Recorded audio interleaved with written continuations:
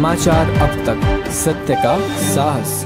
नमस्कार, मी नेहा आणि आपण बघत आहे समाचार अब तक। बघूया आजच्या काही ठळक बातम्या। शीख धर्माचे संस्थापक गुरु नानक देवजी यांच्या 556व्या प्रकाश पर्वानिमित्त नागपुरातील जरीपटका स्थित श्री कलगीधर सत्संग मंडळद्वारा झाकीसह भव्य शोभायात्रा काढण्यात आली होती।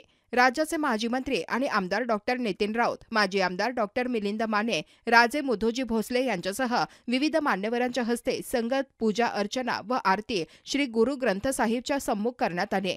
अरदास केल्यानंतर शोभायात्रेला प्रारंभ करण्यात आला। शहराच्या जरीपटका भागात ही शोभायात्रा काढण्यात आली होती। जागोजागी या शोभायात्रेचे नागरिकांच्या वतीने फटाके फोडून, रांगोळी काढून, पुष्पवृष्टी करून, पूजा करून स्वागत करण्यात येत होते। या शोभायात्रेत मोठ्या प्रमाणात नागरिक सहभागी झाले होते। यावेळेला अनेक ठिकाणी प्रसादाचे देखील आयोजन करण्यात आले होते।